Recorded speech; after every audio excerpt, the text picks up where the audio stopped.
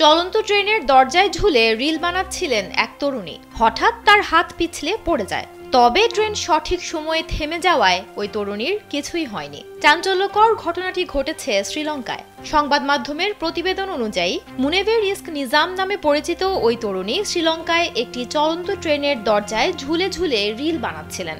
দরজার হাতল ধরে ঝোলার পাশাপাশি তিনি ক্যামেরার দিকে তাকিয়ে পোজও দিচ্ছিলেন, সাথে গানও গাইছিলেন। ট্রেনটি থামানোর জন্য গতি কমানোর পর দরজার হাতল থেকে তার হাত পিছলে যায়। এতে করে তরুণী সোজা নিচে পড়েন। তবে অদ্ভুতভাবে মাটিতে পড়েই তিনি দাঁড়িয়ে যান। ঘটনাস্থলে উপস্থিত সবাই তাকে অবাক দৃষ্টিতে দেখতে থাকেন। ট্রেনটিও তখন থেমে যায়। ভিডিও দেখে মিক্সড প্রতিক্রিয়া জানিয়েছেন নেটিজেনরা। নির্দিষ্ট মডেলের টিভিএস বাইকে আকর্ষণীয় মূল্য ছাড় অথবা স্ক্র্যাচ কার্ডে থাকছে সর্বোচ্চ 25,000 টাকা ক্যাশব্যাক। অন্য আরেকটি ভিডিওতে এই তরুণীকে নাচতে দেখা যায়।